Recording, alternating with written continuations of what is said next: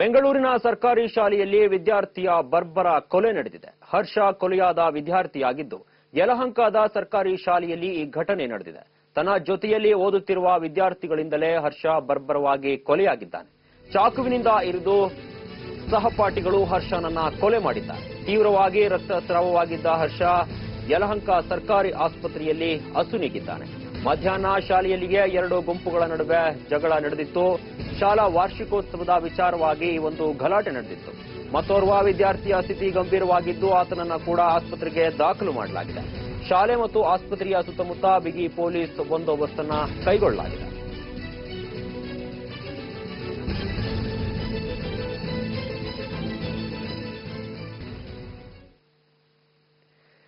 ಬೆಂಗಳೂರಿನ ಸರ್ಕಾರಿ ಶಾಲೆಯಲ್ಲಿ ವಿದ್ಯಾರ್ಥಿಯೊಬ್ಬನ ಬರ್ಬರ ಕೊಲೆ ನಡೆದಿರುವಂತದ್ದು. ಹರ್ಷ ಕೊಲೆಯಾದಂತಹ ವಿದ್ಯಾರ್ಥಿಯಾಗಿದ್ದಾನೆ. ಯಲಹಂಕದ ಸರ್ಕಾರಿ ಶಾಲೆಯಲ್ಲಿ ಒಂದು ಘಟನೆ ನಡೆದಿದೆ. ತನ್ನ ಜೊತೆಯಲ್ಲೇ ಓದ್ತಾ ಇರುವ ವಿದ್ಯಾರ್ಥಿಗಳಿಂದಲೇ ಹರ್ಷನ ಬರ್ಬರ ಕೊಲೆ ನಡೆದಿರುವಂತದ್ದು. ಚಾಕುವಿನಿಂದ ಇರಿದು ಸಹಪಾಠಿಗಳು ಹರ್ಷನನ್ನ ಕೊಲೆ ಮಾಡಿದ್ದಾರೆ. ತೀವ್ರವಾಗಿ ರಕ್ತಸ್ರಾವವಾಗಿದ್ದ ಹರ್ಷನನ್ನ ಯಲಹಂಕದ ಸರ್ಕಾರಿ ಆಸ್ಪತ್ರೆಗೆ ಸಾಗಿಸಲಾಗಿತ್ತು. ಆದರೂ ಕೂಡ ಚಿಕಿತ್ಸೆ ಫಲಕಾರಿಯಾಗದೆ ಹರ್ಷ ಸಾವನ್ನಪ್ಪಿದ್ದಾನೆ. ಮಧ್ಯಾಹ್ನ ಶಾಲೆಯಲ್ಲಿಯೇ ಎರಡು ಗುಂಪುಗಳ ನಡುವೆ ಜಗಳ ಕೂಡ ನಡೆದಿತ್ತು. ಶಾಲಾ ವಾರ್ಷಿಕೋತ್ಸವದ ವಿಚಾರವಾಗಿ ಈ ಒಂದು ಗಲಾಟೆ ಸಂಭವಿಸಿತ್ತು.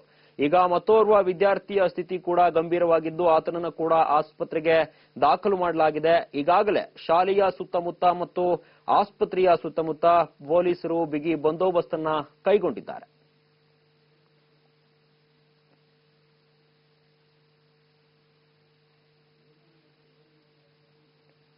ಬನ್ನಿ, ಈ ಬಗ್ಗೆ ಹೆಚ್ಚಿನ ಮಾಹಿತಿ ನೀಡುತ್ತಾರೆ ನಮ್ಮ ಪ್ರತಿನಿಧಿ ಮಂಜು ಆರ್ಯ. ವಿದ್ಯಾರ್ಥಿಯ ಕೊಲೆ ನಡೆದಿರುವಂತದ್ದು, ಘಟನೆ ನಡೆದಿದ್ದು ಯಾವಾಗ? ಈ ಬಗ್ಗೆ ಯಾರನ್ನಾರು ಬಂಧನ ಮಾಡಲಾಗಿದೆಯಾ? ಮಂಜುನಾಥ್, ಈ ಒಂದು ಘಟನೆ ಇವತ್ತು ಮಧ್ಯಾಹ್ನ ಸುಮಾರು 2 ಗಂಟೆ ಸುಮಾರು ನಡೆದಿರುವಂತಹದ್ದು. ಅಂದ್ರೆ ಇವತ್ತು ಯಲಹಂಕ ಸರ್ಕಾರಿ ಶಾಲೆಯಲ್ಲಿ ವಾರ್ಷಿಕೋತ್ಸವ ಸಮಾರಂಭವನ್ನು ಏರ್ಪಾಟ್ ಮಾಡಿದ್ರು. ಇದರಲ್ಲಿ ಶಾಲೆಯ ವಿದ್ಯಾರ್ಥಿಗಳೆಲ್ಲರೂ ಸಹ ಭಾಗವಹಿಸಿದ್ರು. ಇಂತಹ ಈ ಒಂದು ವಾರ್ಷಿಕೋತ್ಸವ ಮುಗಿದಂತಹ ಬಳಿಕ ಎರಡು ಗುಂಪುಗಳ ನಡುವೆ ಏಕಾಏಕಿ ಜಗಳವಾಗಿದೆ. ಹೀಗೆ ಜಗಳ ಆದಂತಹ ಸಂದರ್ಭದಲ್ಲಿ ಅಲ್ಲಿಯೇ ಇದ್ದಂತಹ ವಿದ್ಯಾರ್ಥಿಗಳು ಹರ್ಷ ಎಂಬುವಂತಹ ವಿದ್ಯಾರ್ಥಿಗೆ ಚಾಕುವಿನಿಂದ ಹಿರಿದು ಅಲ್ಲಿಂದ ಪರಾರಿಯಾಗಿದ್ದಾರೆ.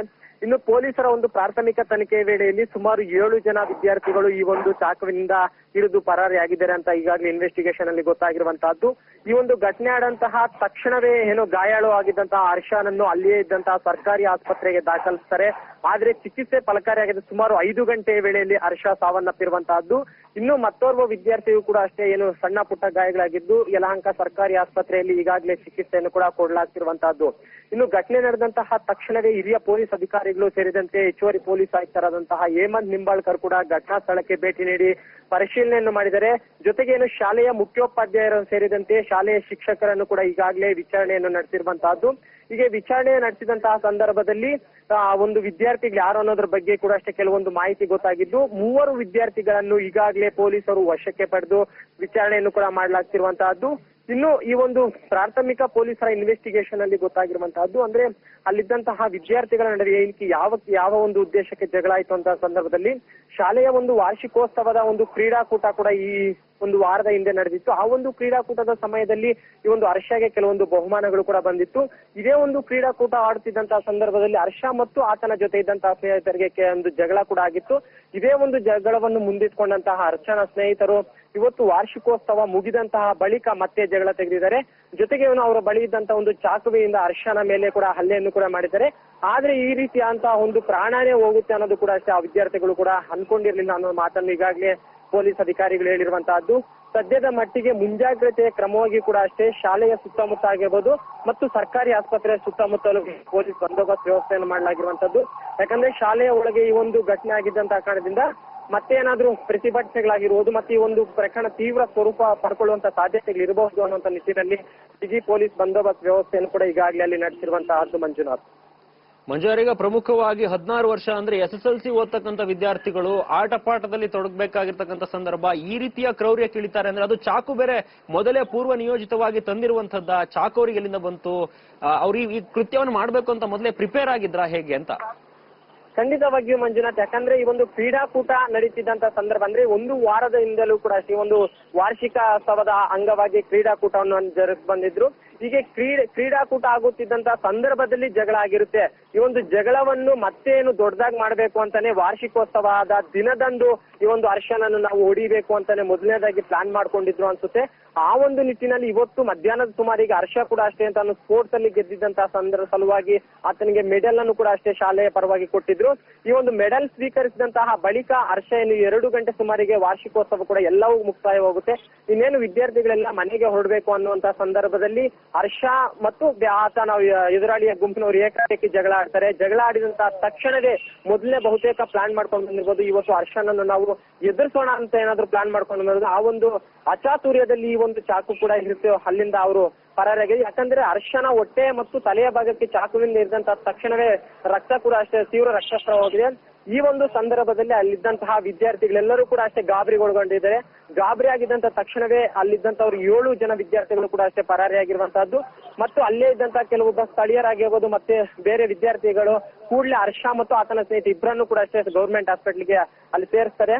ಆದ್ರೆ ತೀವ್ರ ರಕ್ತಸ್ರಾವದಿಂದ ಹರ್ಷ ಅಲ್ಲೇ ಸಾವನ್ನಪ್ಪಿರುವಂತಹದ್ದು. ಜೊತೆಗೆ ಆತನ ಸ್ನೇಹಿತ ಮತ್ತೋರ್ವನನ್ನು ಕೂಡ ಈಗಾಗಲೇ ಪೊಲೀಸರು ಐಸಿಯುನಲ್ಲಿ ಚಿಕಿತ್ಸೆಯನ್ನು ಕೂಡ ಈಗಾಗಲೇ ಕೊಡಲಾಗ್ತಿರುವಂತಹದ್ದು. ಮಂಜುವರ, ಈಗ ಪ್ರಮುಖವಾಗಿ ಈ ಹಿಂದೆ ಕೂಡ ಈ ರೀತಿಯ ಸ್ಪೋರ್ಟ್ಸ್ ಅಲ್ಲಿ ಗಲಾಟೆ ನಡೆದಾಗ ಅಲ್ಲಿನ ಶಿಕ್ಷಕರು ಅಥವಾ ಆಡಳಿತ ಮಂಡಳಿಯವರಿಗೆ ಬುದ್ಧಿವಾದ ಹೇಳಿಲ್ವಾ, ಅಥವಾ ಈ ಒಂದು ಗಲಾಟೆ ನಡೆಯುವ ಸಂದರ್ಭದಲ್ಲಿ ಶಿಕ್ಷಕರು ಮತ್ತು ಆಡಳಿತ ಮಂಡಳಿಯವರು ಯಾರು ಆ ಸಂದರ್ಭದಲ್ಲಿ ಇರ್ಲಿಲ್ವಂತ ಪೋಷಕರೇನ್ ಹೇಳ್ತಾರೆ ಮತ್ತು ಕಾಲೇಜಿನ ಆಡಳಿತ ಮಂಡಳಿ ಏನ್ ಹೇಳುತ್ತೆ? ಮಂಜುನಾಥ್, ಈ ಒಂದು ವಿಚಾರವಾಗಿ ಶಾಲೆಯ ಆಡಳಿತ ಮಂಡಳಿಯವರು ಹೇಳುವಂತಹದ್ದೇ ಬೇರೆ. ಅಂದ್ರೆ ಈ ಒಂದು ಇನ್ಸಿಡೆಂಟ್ ಆಗಿರುವಂತಹದ್ದು ಶಾಲೆಯ ಒಳಗಲ್ಲ. ಯಾಕಂದ್ರೆ ಈ ಒಂದು ಇನ್ಸಿಡೆಂಟ್ ಏನು 2 ಗಂಟೆಗೆ ಶಾಲೆಯ ವಾರ್ಷಿಕೋತ್ಸವವನ್ನು ಮುಗ್ದಾಯವಂತ ಬಳಿಕ ಮಕ್ಕಳೆಲ್ಲರೂ ಕೂಡ ಅಷ್ಟೇ ಮನೆಗೆ ಹೋಗಿದ್ರು.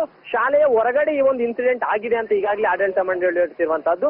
ಮತ್ತೊಂದು ಕಡೆ ಏನು ಈ ಒಂದು ಕ್ರೀಡಾಕೂಟ ಏನು ಒಂದು ವಾರದಿಂದ ನಡೀತಾ ಇತ್ತು, ಈ ಒಂದು ವಾರ್ಷಿಕ ಕ್ರೀಡಾಕೂಟದ ಸಲುವಾಗಿ ಆಗ ಗಲಾಟೆ ಆಗಿದ್ದದ್ದು ಕೂಡ ಅಷ್ಟೇ ಏನು ಮುಖ್ಯೋಪಾಧ್ಯಾಯರ ಗಮನಕ್ಕೂ ಕೂಡ ಅಷ್ಟೇ ವಿದ್ಯಾರ್ಥಿಗಳು ತಗೊಂಡೋಗಿದ್ರು. ಯಾಕಂದ್ರೆ ಈ ಒಂದು ಕ್ರೀಡಾಕೂಟವಾಡುತ್ತಿದ್ದಂತ ಸಮಯದಲ್ಲಿ ಗಲಾಟೆ ಆಗಿದ್ದಂತ ಕಾರಣದಿಂದ ಆ ಒಂದು ಮುಖ್ಯೋಪಾಧ್ಯಾಯರು ಕೂಡ ಅಷ್ಟೇ 2 ಗುಂಪುಗಳನ್ನವ್ರನ್ನು ಕೂಡ ಕರೆಸಿ ಬುದ್ಧಿವಾದವನ್ನು ಕೂಡ ಹೇಳಿದ್ರು.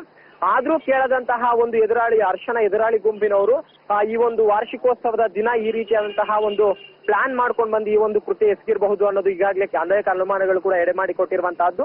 ಆ ನಿಟ್ಟಿನಲ್ಲಿಯೂ ಕೂಡ ಈಗಾಗಲೇ ಯಲಹಂಕ ಪೊಲೀಸರು ಈಗಾಗಲೇ ಒಂದು ಸರ್ಕಾರಿ ಶಾಲೆಗೆ ಹೋಗಿ ಈಗ ಇನ್ವೆಸ್ಟಿಗೇಷನ್ ಸ್ಟಾರ್ಟ್ ಮಾಡಿರುವಂತದ್ದು. ಜೊತೆಗೆ ಅಲ್ಲಿನ ಪ್ರಿನ್ಸಿಪಾಲ್ ಏನಿದ್ದಾರೆ ಆ ಪ್ರಿನ್ಸಿಪಾಲ್ ಇಂದಲೂ ಕೂಡ ಅಷ್ಟೇ ಮಾಹಿತಿಯನ್ನ ಮಾಡ್ತಿರುವಂತದ್ದು. ಜೊತೆಗೆ ಅದರಲ್ಲೂ ಪ್ರಮುಖವಾಗಿ ಈ ಒಂದು ಪ್ರಕರಣಕ್ಕೆ ಐ ವಿಟ್ನೆಸ್ ಅಂತ ಅನ್ಕೊಳ್ಳುವಂತಹ ವ್ಯಕ್ತಿ ಅಂದ್ರೆ ಆ ಒಂದು ಇನ್ನೊಬ್ಬ ಗಾಯಗೊಂಡಿರುವಂತಹ ಬಾಲಕ ಅಂತ ಹೇಳ್ಬೋದು. ಆ ಒಂದು ವಿದ್ಯಾರ್ಥಿಯಿಂದಲೂ ಕೂಡ ಅಷ್ಟೇ ಪೊಲೀಸರು ಗೌರ್ಮೆಂಟ್ ಹಾಸ್ಪಿಟಲ್ ಅಲ್ಲಿ ಹೇಳಿಕೆಯನ್ನ ಸ್ಟೇಟ್ಮೆಂಟ್ ಮಾಡ್ಕೊಂತಾರೆ. ಯಾಕಂದ್ರೆ ಈ ಒಂದು ಘಟನೆದಂತಹ ಸಮಯದಲ್ಲಿ ಆ ವಿದ್ಯಾರ್ಥಿ ಕೂಡ ಅಷ್ಟೇ ಚಾಕು ಹಾಕಿದಂತ ಕಾರಣದಿಂದ ಯಾರು ಹಾಕಿದ್ರು ಚಾಕು ಮತ್ತು ಯಾವ ಒಂದು ಉದ್ದೇಶಕ್ಕೆ ಯಾವ ಚಾಕು ಹಾಕಿದ್ರು ಮತ್ತು ಇವತ್ತು ಶಾಲೆಯ ವಾರ್ಷಿಕೋತ್ಸವ ನಡೆದಂತಹ ಬಳಿಕ ಹೇಗೆ ಈ ಒಂದು ಗಲಾಟೆ ಆಯ್ತು ಅಂತ ಆತನಿಂದಲೂ ಕೂಡ ಅಷ್ಟೇ ಸ್ಟೇಟ್ಮೆಂಟ್ ತಗೊಂತಾರೆ. ಸ್ಟೇಟ್ಮೆಂಟ್ ಪಡ್ಕೊಂಡಿದ್ದಾದಂತಹ ಬಳಿಕ ಇಲ್ಲಿ ಏನಾದ್ರೂ ಶಾಲೆಯವರ ನಿರ್ಲಕ್ಷ್ಯತೆ ಏನಾದ್ರೂ ಇದ್ದಂತಹ ಪಕ್ಷದಲ್ಲಿ ಅವ್ರ ಮೇಲೆ ಕೂಡ ಅಷ್ಟೇ ಕಾನೂನು ಅಡಿಯಲ್ಲಿ ಕ್ರಮ ಜರುಗಿಸುವಂತ ಒಂದು ಸಾಧ್ಯತೆಗಳು ಕೂಡ ಇರುತ್ತೆ. ಮಂಜುನಾಥ್, ಧನ್ಯವಾದಗಳು ಮಂಜು ಆರ್ಯ ನಿಮ್ಮೆಲ್ಲ ಮಾಹಿತಿಗಾಗಿ. ಪೆನ್ನು ಹಿಡಿಯುವಂತಹ ವಯಸ್ಸಿನಲ್ಲಿ ಚಾಕು ಹಿಡಿದು ರಕ್ತಪಾತಕ್ಕೆ ಕಾರಣವಾಗಿರ್ತಕ್ಕಂಥದ್ದು. 16 ವರ್ಷದ ವಿದ್ಯಾರ್ಥಿಗಳು ಏನು SSLC ಓದ್ತಕ್ಕಂಥ ಆ ವಯೋಮಾನದ ವಿದ್ಯಾರ್ಥಿಗಳು ರಕ್ತಪಾತಕ್ಕೆ ಕಾರಣವಾಗಿರ್ತಕ್ಕಂಥದ್ದು ಯಲಹಂಕದ ಸರ್ಕಾರಿ ಶಾಲೆಯಲ್ಲಿ ನಡೆದಿರುವಂತದ್ದು. ಏನು ವಾರ್ಷಿಕೋತ್ಸವ ಸಮಾರಂಭದ ವೇಳೆ ಹರ್ಷ ಅಂತಕ್ಕಂಥ ವಿದ್ಯಾರ್ಥಿಗೆ ಹಳೆ ವೈಷಮ್ಯದ ಮೇಲೆ ಚಾಕುವಿನಿಂದ ಇರಿದಿದ್ದಾರೆ. ನಿಜಕ್ಕೂ ಕೂಡ ಈ ವಯಸ್ಸಿನ ಮಕ್ಕಳಿಗೆ ಈ ರೀತಿಯ ಒಂದು ಮನೋವಿಕಾರತೆ ಬರ್ತಕ್ಕಂಥದ್ದು, ಈ ರೀತಿಯ ದುಸ್ಸಾಹಸಗಳಿಗೆ ಕೈ ಹಾಕ್ತಕ್ಕಂಥದ್ದು ಪೋಷಕರಲ್ಲಿ ಮತ್ತೆ ನೋಡ್ತಕ್ಕಂಥ ಸಾರ್ವಜನಿಕರು ಕೂಡ ಸಾಕಷ್ಟು ಪ್ರಶ್ನೆಗಳನ್ನು ಹುಟ್ಟಾಕುತ್ತೆ. ಆದ್ರೂ ಹರ್ಷ ಅಂತಕ್ಕಂತಹ ವಿದ್ಯಾರ್ಥಿ ಈಗ ಈ ಒಂದು ಕಾರಣದಿಂದ ಅಸುನೀಗಿದ್ದಾನೆ. ಈಗಾಗಲೇ ಮತ್ತೊಬ್ಬ ವಿದ್ಯಾರ್ಥಿಯನ್ನ ಆಸ್ಪತ್ರೆಗೆ ದಾಖಲು ಮಾಡಲಾಗಿದೆ. ಆತನ ಪರಿಸ್ಥಿತಿ ಕೂಡ ಒಂದಿಷ್ಟು ವಿಷಮವಾಗಿದೆ ಅಂತಕ್ಕಂಥದ್ದು ಮಾಹಿತಿಯ ಪ್ರಕಾರ. ಸದ್ಯಕ್ಕೆ ಈಗಾಗಲೇ ಪೊಲೀಸರು ಭೇಟಿ ನೀಡಿ ಈಗ ಸ್ಥಳದಲ್ಲಿ ಬಿಗಿ ಭದ್ರತೆಯನ್ನು ಕೂಡ ಕಲ್ಪಿಸಿರುವಂತದ್ದು. ಆದ್ರೆ ಈಗ ಪೋಷಕರು ಮತ್ತು ಅಲ್ಲಿನ ಆಡಳಿತ ಮಂಡಳಿ ಹಾಗೂ ಸಾರ್ವಜನಿಕರು ಮತ್ತು ಅಲ್ಲಿರ್ತಕ್ಕಂಥ ವಿದ್ಯಾರ್ಥಿಗಳು ಈ ಘಟನೆಗೆ ಸಂಪೂರ್ಣವಾಗಿರ್ತಕ್ಕಂಥ ಕಾರಣವನ್ನ ಇನ್ನಷ್ಟೇ ಪೊಲೀಸರ ತನಿಖೆಯಲ್ಲಿ ಗೊತ್ತಾಗಬೇಕಾಗಿದೆ. ಹಾಗೆ ವಿದ್ಯಾರ್ಥಿಗಳು ಕೂಡ ಎಲ್ಲಿದ್ದಾರೆ ಅಂತಕ್ಕಂಥದ್ದನ್ನು ಕೂಡ ಕಂಡುಹಿಡಿಯಬೇಕಾಗಿದೆ. ಈಗಾಗಲೇ ಹರ್ಷ ಈ ಒಂದು ಘಟನೆಯಲ್ಲಿ ಪ್ರಾಣ ಕಳೆದುಕೊಂಡಿದ್ದು ನಿಜಕ್ಕೂ ಕೂಡ ದುರಂತವಾಗಿದೆ.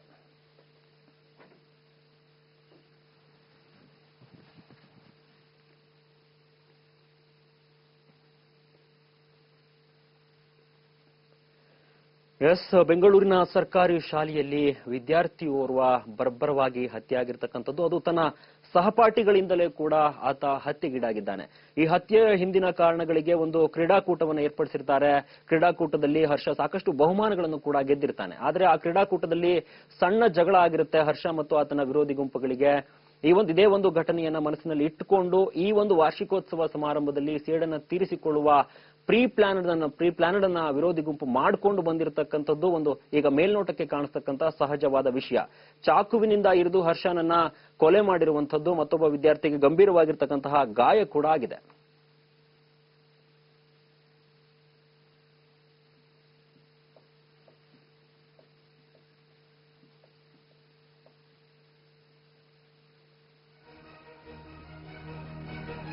ಇದೇ ಘಟನೆಗೆ ಸಂಬಂಧಪಟ್ಟಂತೆ ಈಗಾಗಲೇ 5 ವಿದ್ಯಾರ್ಥಿಗಳನ್ನ ವಶಕ್ಕೆ ಪಡೆದು ವಿಚಾರಣೆಯನ್ನು ಕೂಡ ಮಾಡಲಾಗ್ತಾ ಇದೆ. ಏನು ಪೊಲೀಸರು ಈ ಒಂದು ಕಂಪ್ಲೇಂಟ್ ಅನ್ನ ದಾಖಲಾದ ನಂತರ ಶಾಲಾ ವಾರ್ಷಿಕೋತ್ಸವದ ಗಲಾಟೆಯ ವಿಚಾರವಾಗಿ 5 ಜನ ವಿದ್ಯಾರ್ಥಿಗಳನ್ನ ಕರೆದುಕೊಂಡು ಬಂದು ಈಗ ವಿಚಾರಣೆಯನ್ನ ನಡೆಸ್ತಾ ಇದ್ದಾರೆ. 7 ಜನ ವಿದ್ಯಾರ್ಥಿಗಳು ಏನು ಹರ್ಷನ ಕೊಲೆಗೆ ಕಾರಣರಾಗಿದ್ರು ಅಂತಕ್ಕಂಥದ್ದು ಪ್ರಾಥಮಿಕವಾಗಿ ಬಂದಂತಹ ಮಾಹಿತಿ. ಈಗ ಅದರಲ್ಲಿ 5 ಜನ ವಿದ್ಯಾರ್ಥಿಗಳನ್ನ ಬಂಧನ ಮಾಡಿ ಅವರನ್ನ ಏನು ವಿಚಾರಣೆಗೆ ಒಳಪಡಿಸಲಾಗ್ತಾ ಇದೆ. ಆ 5 ಜನ ವಿದ್ಯಾರ್ಥಿಗಳು ಈ ಕೊಲೆಗೆ ಸ್ಪಷ್ಟವಾದಂತಹ ಕಾರಣವನ್ನ ಮತ್ತೆ ಘಟನೆ ಹೇಗೆ ನಡೀತು ಅಂತಕ್ಕಂಥದ್ದನ್ನ ಪೊಲೀಸರ ಮುಂದೆ ಯಾವ ರೀತಿ ಒಪ್ಕೊಳ್ತಾರೆ ಅನ್ನೋದನ್ನು ಕೂಡ ಕಾದು ನೋಡಬೇಕಾಗಿದೆ. ಆದ್ರೆ ಪೊಲೀಸರು ಈಗಾಗಲೇ ಈ ಒಂದು ಘಟನೆಯ ಸಂಬಂಧ ಹರ್ಷನ ಕೊಲೆ ಮತ್ತು ಮತ್ತೊಬ್ಬ ವಿದ್ಯಾರ್ಥಿಗೆ ಚಾಕುವಿನಿಂದ ಇರಿದಿರುವಂತಹ ಸಂಬಂಧ 5 ಜನ ವಿದ್ಯಾರ್ಥಿಗಳನ್ನ ವಶಕ್ಕೆ ಪಡೆದಿರುವಂತದ್ದು. ಯಲಹಂಕ ಸರ್ಕಾರಿ ಶಾಲೆಯಲ್ಲಿ ನಡೆದ ಘಟನೆಗೆ ಸಂಬಂಧಪಟ್ಟಂತೆ ಅದೇ ಶಾಲೆಯ 5 ಜನ ವಿದ್ಯಾರ್ಥಿಗಳನ್ನ ಈಗ ವಶಕ್ಕೆ ಪಡೆದು ವಿಚಾರಣೆಯನ್ನು ನಡೆಸ್ತಾ ಇದ್ದಾರೆ. ಹರ್ಷ ಈಗ ಕೊಲೆಯಾಗಿರುವಂತದ್ದು, ಮತ್ತೊಬ್ಬ ವ್ಯಕ್ತಿಗೆ ಚಾಕುವಿನಿಂದ ಇರಿದು ಆತನಿಗೂ ಕೂಡ ಗಾಯವಾಗಿದ್ದು ಆತನ ಆಸ್ಪತ್ರೆಗೂ ಕೂಡ ದಾಖಲು ಮಾಡಲಾಗಿದೆ. ಈ ಒಂದು ವಿಷಯಕ್ಕೆ ಸಂಬಂಧಪಟ್ಟಂತೆ ಈಗಾಗಲೇ ಯಲಹಂಕ ಪೊಲೀಸರು ಏನು 5ರನ್ನ ವಶಕ್ಕೆ ಪಡೆದು ವಿಚಾರಣೆಯನ್ನು ಕೂಡ ನಡೆಸ್ತಿದ್ದಾರೆ.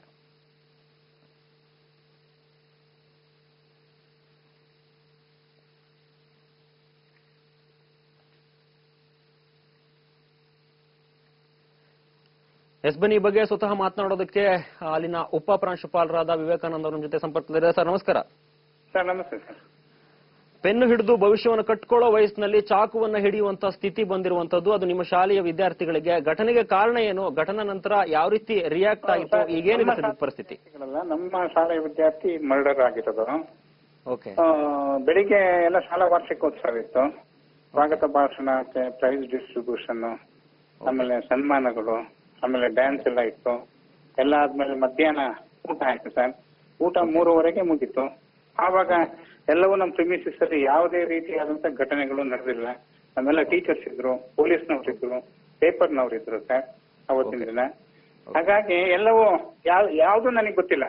3:40 ನನಗೆ ಹಿಂಗೆ ನಿಮ್ ಹುಡುಗ ಇಷ್ಟು 10ನೇ ಕ್ಲಾಸಲ್ಲಿ ಅಕ್ಷರಾಜ್ ಅಂತ ಓದ್ತಾ ಇದ್ದ, ಅವ್ನು ಮರ್ಡರ್ ಆಗಿದ್ದಾನೆ ಅನ್ನೋ ವಿಚಾರ ಬಂದಾಗ ನನಗೂ ಶಾಕ್ ಆಯ್ತು.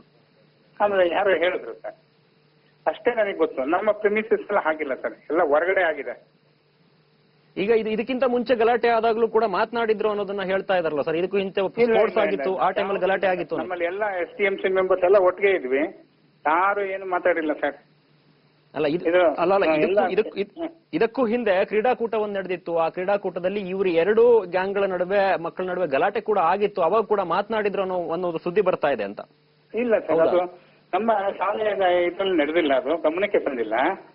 ಆಮೇಲೆ ಎಲ್ಲವೂ ನಾವು ಪ್ರತಿಯೊಂದನ್ನು ನಾವು ನೋಡ್ತೇವೆ ಮಕ್ಕಳನ್ನ. ಹಾಗಾಗಿ ಇದು ಹೊರಗಡೆ ಆಗಿರ್ತಕ್ಕಂಥದ್ದು ಹೇಗಾಯ್ತು, ಯಾರು ಮಾಡಿದ್ರು ಅಂತಕ್ಕಂಥದ್ದು ವಿಚಾರಗಳು ನಮ್ಗೊಂದು ಗೊತ್ತಾಗಿಲ್ಲ ಸರ್. ಸರ್ ಈಗ ಹರ್ಷನನ್ನ ಬಿಟ್ರೆ ಅಲ್ಲ ಸರ್, ಹರ್ಷನನ್ನ ಬಿಟ್ರೆ ಉಳಿದ 7 ಜನ ಅವ್ರು ನಿಮ್ ಶಾಲೆಯ ವಿದ್ಯಾರ್ಥಿಗಳೇ ಅಲ್ಲ ಅಂತ ನೀವು ಹೇಳ್ತಾ ಇರೋದು? ನಮ್ಮ ಈಗಿನ ವಿದ್ಯಾರ್ಥಿಗಳಲ್ಲ ಸರ್ ಅವರು. ಅಲ್ಲ, ಈಗ ಗಲಾಟೆ ನಡೆದಿರುವಂತದ್ದು ಶಾಲಾ ಆವರಣದಲ್ಲಿ. ಹಾಗಾದ್ರೆ ವಿದ್ಯಾರ್ಥಿಗಳು ಹೇಗೆ ಒಳ ಪ್ರವೇಶ ಆವರಣದಲ್ಲಿ ಇಲ್ಲ ಸರ್, ಶಾಲಾ ಆವರಣದಲ್ಲಿ ಇಲ್ಲ ಸರ್. ನಮ್ಮ ಶಾಲಾ ಆವರಣ ಮತ್ತೆ ಕಾಂಪೌಂಡ್ ಇಂದ ಹೊರಗಡೆ ಸರ್, ಆಚೆಗೆ ನಡೆದಿರ್ತಕ್ಕಂಥದ್ದು. ಘಟನೆ ನಡೆದಿರುವಂತ ನಿಮ್ ಶಾಲಾ ಆವರಣದಲ್ಲಿ ನಡೆದೇ ಇಲ್ಲ, ಅದು ಹೊರಗಡೆ ನಡೆದಿಲ್ಲ. ಹಾಗಾದ್ರೆ ನಿಮ್ಗೆ ಇದಕ್ಕೆ ಯಾವುದೇ ಸಂಬಂಧ ಇಲ್ಲ ಅಂತ ನೀವು ಹೇಳ್ತಾ ಇದ್ದೀರಿ? ಸಂಬಂಧ ಇಲ್ಲ ಸರ್. ಒಳ್ಳೆ ವಿದ್ಯಾರ್ಥಿ ಇದ್ದ, ನಾರ್ಮಲ್ ಇದ್ದ, ಓದ್ತಾ ಇದ್ದ ಸರ್.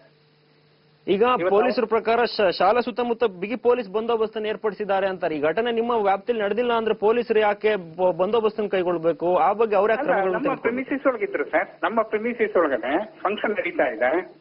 ನಮ್ಮ ಶಾಲಾ ಮಕ್ಕಳೆಲ್ಲ ಅಲ್ಲಿದ್ರು ಒಳಗಡೆ. ಹಾಗಾಗಿ ಹೊರಗಡೆ ಆಗೋದು ನಮ್ಗೆ ಗೊತ್ತಿಲ್ಲ ಸರ್, ಶಾಲೆಯಿಂದ ಹೊರಗಡೆ. ಓಕೆ ಓಕೆ ಧನ್ಯವಾದಗಳು ವಿವೇಕಾನಂದ ಅವರ ಜನಶ್ರೀಗೆ ಮಾತನಾಡಿದ್ದಕ್ಕೆ. ಸಹಪಾಠಿಗಳಿಂದಲೇ ಸ್ನೇಹಿತನ ಕೊಲೆ ನಡೆದಿದೆ ಅನ್ನುವಂಥದ್ದು. ಆದ್ರೆ ಪ್ರಾಂಶುಪಾಲ ವಿವೇಕಾನಂದ ಅವರ ಮಾತು ಅವ್ರು ನಮ್ಮ ಶಾಲೆಯ ವಿದ್ಯಾರ್ಥಿಗಳಲ್ಲ ಅಂತ. ಆದ್ರೆ ಪ್ರಮುಖವಾಗಿ ಕಾಡ್ತಕ್ಕಂಥದ್ದು ಅಂದ್ರೆ ಹರ್ಷನ ಜೊತೆಗಿದ್ದ ಸ್ನೇಹಿತರೇ ಆ ಸಂದರ್ಭದಲ್ಲಿ ಆತನ ಆಸ್ಪತ್ರೆಗೆ ಸೇರಿಸ್ತಾರೆ, ಸ್ನೇಹಿತರ ಜೊತೆಗಿದ್ದಾಗ ಅಂತಕ್ಕಂಥದ್ದು. ಬಹುಶಃ ಇದು ಪೊಲೀಸರ ತನಿಖೆಯಲ್ಲಿ ಸ್ಪಷ್ಟವಾಗಿ ಸತ್ಯ ಹೊರಬರಬೇಕಾಗಿದೆ. ವಿದ್ಯಾರ್ಥಿಗಳು ಯಾರು, ಎಲ್ಲಿಂದ ಬಂದ್ರು, ಮಾರಕಾಸ್ತ್ರಗಳು ಎಲ್ಲಿಂದ ಬಂತು ಅವ್ರ ಕೈಗೆ, ಇದರಲ್ಲಿ ಶಾಲಾ ಆಡಳಿತ ಮಂಡಳಿಯ ತಪ್ಪಿತ್ತ, 3ವರೆಗೆ ಬಿಟ್ಟು ಕೊಟ್ಟ ನಂತರ ಮಕ್ಕಳನ್ನ ಸೇಫ್ ಆಗಿ ತಲುಪಿಸ್ತಕ್ಕಂಥ ಜವಾಬ್ದಾರಿ ಕೂಡ ಅವರದಾಗಿತ್ತ ಅಂತಕ್ಕಂಥದ್ದು ಪೊಲೀಸರ ತನಿಖೆ ನಂತರ ಹೊರಬರಬೇಕಾಗಿದೆ. ಆದ್ರೆ ದುರದೃಷ್ಟವಶಾತ್ ಹರ್ಷ ಮಾತ್ರ ಕೊಲೆಯಾಗಿರುವಂತದ್ದು ನಿಜಕ್ಕೂ ದುರದೃಷ್ಟಕರ ಸಂಗತಿ.